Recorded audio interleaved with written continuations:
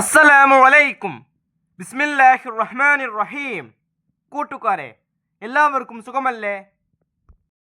ഈ വീഡിയോയിൽ കാണുന്നത് ക്ലാസ് 5 ദുറൂസുൽ ഇസ്ലാം സെക്കൻഡ് പാർട്ടിലെ 5ാമത്തെ പാഠത്തിലെ തദ്രീബാത്താണ്. വീഡിയോയിലേക്ക് കടക്കുന്നതിന് മുമ്പ് ചാനൽ ആരെങ്കിലും സബ്സ്ക്രൈബ് ചെയ്യാതെ കാണുന്നുണ്ടെങ്കിൽ ഒന്ന് സബ്സ്ക്രൈബ് ചെയ്യണം, എന്നെ സപ്പോർട്ട് ചെയ്യണം. ഈ വീഡിയോ കൂട്ടുകാർക്ക് ഇഷ്ടമായാൽ ലൈക്ക് ചെയ്യണം, നിങ്ങളുടെ ഫ്രണ്ട്സിന് ഷെയർ ചെയ്യണം. ക്ലാസ് 5 ദുറൂസുൽ ഇസ്ലാം സെക്കൻഡ് പാർട്ടിലെ ഇതുവരെ എടുത്ത പാഠങ്ങളുടെ അല്ലെങ്കിൽ ഇനി വരും പാഠങ്ങളുടെ തദ്രീബാത്തെല്ലാം വേണമെങ്കിൽ എൻ്റെ ചാനലായ മുന്നാ ഷാഹിൽ EDU എന്നതിൽ പ്ലേലിസ്റ്റ് സെക്ഷൻ എടുക്കുക. അതിൽ ഓരോ സബ്ജക്റ്റിൻ്റെയും തനിത്ത പ്ലേലിസ്റ്റ് ഉണ്ടാകും. അതിൽ ക്ലാസ് 5 ദുറൂസുൽ ഇസ്ലാം സെക്കൻഡ് പാർട്ട് ന്യൂ എന്ന പ്ലേലിസ്റ്റ് ടച്ച് ചെയ്യുക. ടച്ച് ചെയ്താൽ ഞാൻ എടുത്ത പാഠങ്ങളുടെ തദ്രീബാത്ത് കൂട്ടുകാർക്ക് ലഭ്യമാകും. നമുക്കിനി വീഡിയോയിലോട്ട് പോകാം. അദ്ദർസുൽ ഖാമിസ് 5ാമത്തെ പാഠം തുഹബിത്തുൽ അഅ്മാൽ. ബഗ്ദാദിൽ ഒരു മഹാനുണ്ട്. നമുക്ക് അദ്ദേഹത്തിൻ്റെ അടുത്ത് പോകാം. കൂട്ടുകാരായ അബ്ദുൽ ഖാദിറും അബൂ സഈദും ഇബ്നു സഖായും യാത്ര പുറപ്പെട്ടു. ഞാൻ അയാളെ ഉത്തരം മുട്ടിക്കുന്ന ചോദ്യം ഉന്നയിക്കും. യാത്രാമധ്യേ ഇബ്നു സഖാ പറഞ്ഞു, അദ്ദേഹത്തെ ഉത്തരം മുട്ടിക്കാനോ പരീക്ഷിക്കാനോ ഞാനില്ല. അദ്ദേഹത്തെ സന്ദർശിച്ച് അനുഗ്രഹം തേടാനാണ് ഞാൻ ഉദ്ദേശിക്കുന്നത്. അബ്ദുൽ ഖാദിർ പറഞ്ഞു. 3 പേരും മഹാന്റെ അടുത്തെത്തി. നിനക്ക് നാശം വരാനുണ്ട്, ഇബ്നു സഖായോട് മഹാൻ പറഞ്ഞു. അബ്ദുൽ ഖാദിറിനെ ആശീർവദിക്കുകയും ചെയ്തു. അദ്ദേഹത്തിന്റെ വാക്കുകൾ പുലർന്നു. അബ്ദുൽ ഖാദിർ ഔലിയാക്കളുടെ നേതാവായി മാറി. അൽ റൗസുൽ അഅ്ലം എന്ന പേരിൽ പ്രസിദ്ധനായ ഷെയ്ഖ് ജീലാനി റളിയല്ലാഹു അൻഹു ആണവർ. ഇബ്നു സഖായാവട്ടെ പ്രശസ്തനാവുകയും രാജകൊട്ടാരത്തിൽ എത്തിച്ചേരുകയും ചെയ്തു. രാജാവിൻ്റെ മകളെ കണ്ടപ്പോൾ പ്രണയം തോന്നി. വിവാഹം ചെയ്യാൻ വേണ്ടി അവരുടെ നിർബന്ധത്തിന് വഴങ്ങി അദ്ദേഹം ക്രിസ്തുമതം സ്വീകരിച്ച് കൊട്ടാരത്തിൽ കഴിഞ്ഞുകൂടി. അധികം താമസിയാതെ അദ്ദേഹത്തിന് മാരകമായ രോഗം പിടിപെട്ടു. രാജാവ് കൊട്ടാരത്തിൽ നിന്ന് അദ്ദേഹത്തെ പുറത്താക്കി. ഭക്ഷണവും വെള്ളവും ലഭിക്കാതെ നിന്ദ്യനായി ഉപേക്ഷിക്കപ്പെട്ടു. അവസാനം മുർത്തദായി മരണപ്പെട്ടു. റിദ്ദത്ത് കഠിന തെറ്റാണ്. എല്ലാ സൽക്കർമ്മങ്ങളെയും അത് നശിപ്പിച്ചു കളയും. വാക്കുകൊണ്ടോ പ്രവൃത്തി കൊണ്ടോ മനസ്സുകൊണ്ടോ റിദ്ദത്ത് വരുന്നത് നാം സൂക്ഷിക്കണം. മുർത്തദിന് ശാശ്വതമായ നരകവാസമാണ് ശിക്ഷ. റിദ്ദത്ത് വരുന്ന കാര്യങ്ങൾ ഏതെല്ലാമാണ്? അർഷദ് ചോദിച്ചു. ഇസ്ലാം ഉപേക്ഷിക്കാൻ തീരുമാനിക്കുക, ഉപേക്ഷിക്കാൻ ആഗ്രഹിക്കുക, വ്യഭിചാരം, പലിശ, മദ്യപാനം പോലുള്ളവയെ ഹലാലാക്കാൻ കൊതിക്കുക തുടങ്ങിയവ മനസ്സുകൊണ്ടുള്ള റിദ്ദത്തിന്റെ കാരണങ്ങളാണ്.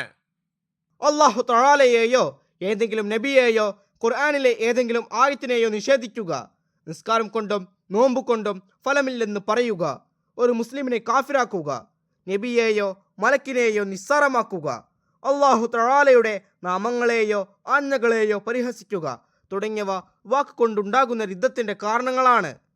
വിഗ്രഹത്തിന് സുജൂദ് ചെയ്യുക, ഖുർആൻ, മതവിജ്ഞാനം, ആദരണീയ നാമങ്ങൾ പോലെയുള്ളത് മലിനമാക്കുക, പരിഹാസത്തിനായി പണ്ഡിതവേഷം ധരിക്കുക തുടങ്ങിയവ പ്രവൃത്തി മുഖേന വരുന്ന റിദ്ദത്താണ്. ഇസ്ലാം മുറുകെ പിടിച്ച് ജീവിക്കാൻ അല്ലാഹു തആല നമുക്ക് തൗഫീഖ് ചെയ്യട്ടെ. ഉസ്താദ് ദുആ ചെയ്തു. എല്ലാവരും ആമീൻ പറഞ്ഞു. കൂട്ടുകാർക്ക് ഈ പാഠം വായിച്ചത് മനസ്സിലാകില്ലേ? ഈ പാഠത്തിന്റെ അവസാനത്തിൽ ഒരു ബോക്സ് കൊടുത്തിട്ടുണ്ട്. അത് നമുക്കൊന്ന് വായിക്കാം. അല്ലാഹുമ്മ സബ്ബിത് ഖുലൂബനാ അലാ ദീനിക. അല്ലാഹുവേ, ഞങ്ങളുടെ ഖൽബിനെ നിന്റെ ദീനിൽ ഉറപ്പിച്ച് നിർത്തേണമേ. തദ്രീബാത്തിൽ 1ാമത്തെ പ്രവർത്തനം നഖറഉ വനഫ്ഹം. ഇവിടെ കൊടുത്തിരിക്കുന്നത് വായിച്ച് മനസ്സിലാക്കാനുള്ളതാണ്. ശാശ്വതം, എന്നെന്നും. അഅ്മാൽ, കർമ്മങ്ങൾ. റിദ്ദത്ത്, മതഭ്രംശം. ഹബിത, നിഷ്ഫലമാകി. പ്രണയം, പ്രേമം. ആജ്ഞ, കൽപ്പന. മുർത്തദ്, ഇസ്ലാമിൽ നിന്ന് പുറത്തുപോയവൻ. മാരകം, മരണത്തിന് കാരണമാക്കുന്ന. അൽ റൗസുൽ അഅ്ലം, മഹാനായ സഹായി. ആശീർവദിച്ചോ, അഭിനന്ദിച്ചോ. അൽ ഉലൂമു ശർഇയ്യ, മതവിജ്ഞാനങ്ങൾ. തദ്രീബാത്തിൽ 2ാമത്തെ പ്രവർത്തനം നസിൽ, യോജിച്ചവ പരസ്പരം ചേർക്കാനുള്ളതാണ്. 1. മനസ്സുകൊണ്ടുള്ള റിദ്ദത്ത്. 2. വാക്കുകൊണ്ടുള്ള റിദ്ദത്ത്. 3. പ്രവൃത്തി കൊണ്ടുള്ള റിദ്ദത്ത്. ഇപ്പുറത്ത് നോക്കൂ. എ, നബി സല്ലല്ലാഹു അലൈഹി വസല്ലമയെ നിഷേധിക്കുക. ബി, ഖുർആനിനെ മലിനമാക്കുക. സി, മദ്യപാനം ഹലാലാക്കാൻ കൊതിക്കുക. ഓർന്നിനും യോജിച്ച ഉത്തരത്തിലെ ലെറ്റർ അതിനു നേരെ എഴുതാം. മനസ്സ് കൊണ്ടുള്ള റിദ്ദത്ത്. ചരിത്രം സി. മദ്യപാനം ഹലാലാകാൻ കൊതിക്കുക. 2. വാക്ക് കൊണ്ടുള്ള റിദ്ദത്ത്. ചരിത്രം എ. നബി സല്ലല്ലാഹു അലൈഹി വസല്ലമയെ നിഷേധിക്കുക.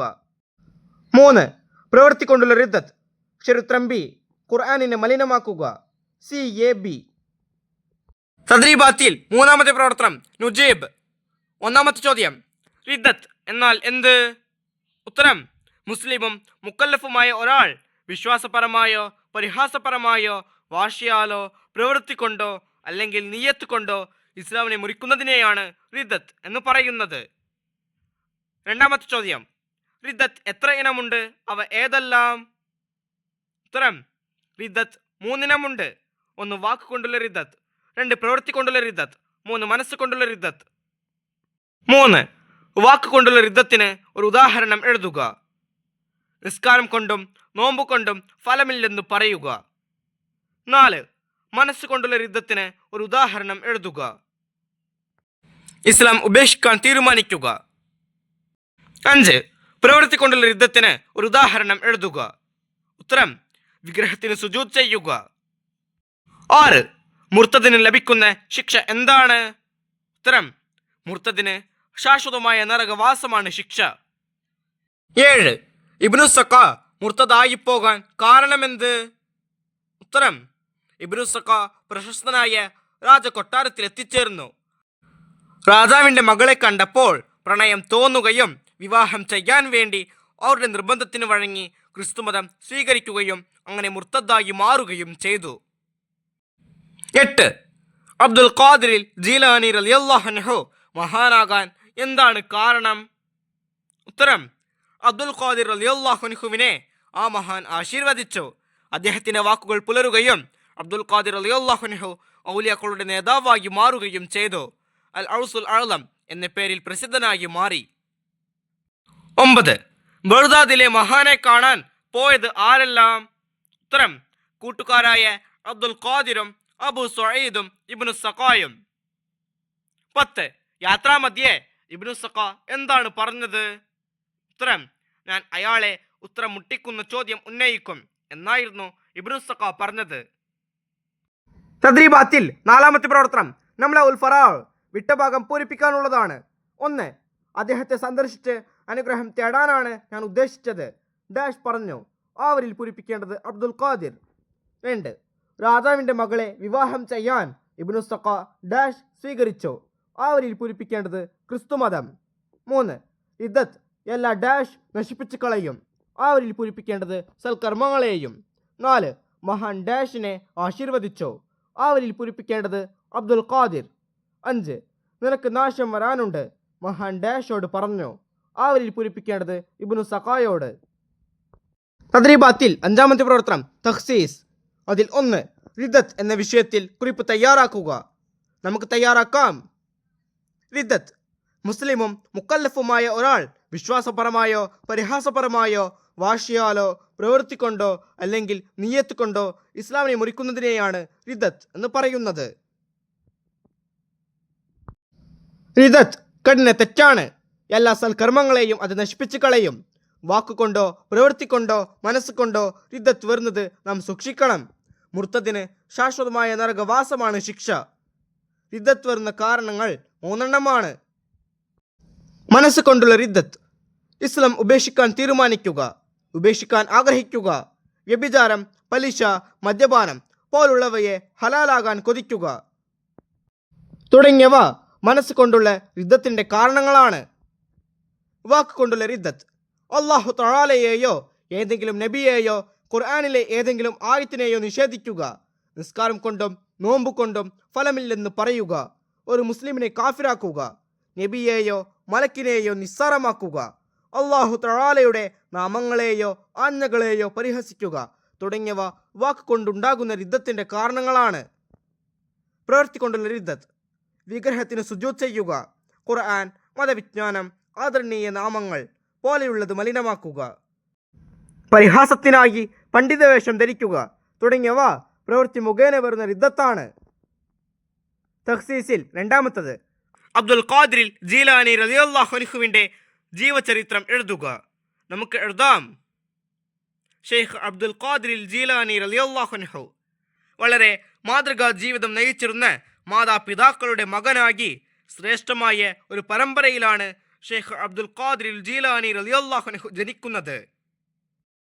മകന്റെ മതചിട്ടയിലും പഠനത്തിലും മാതാവ് അതീവ ശ്രദ്ധ പുലർത്തി.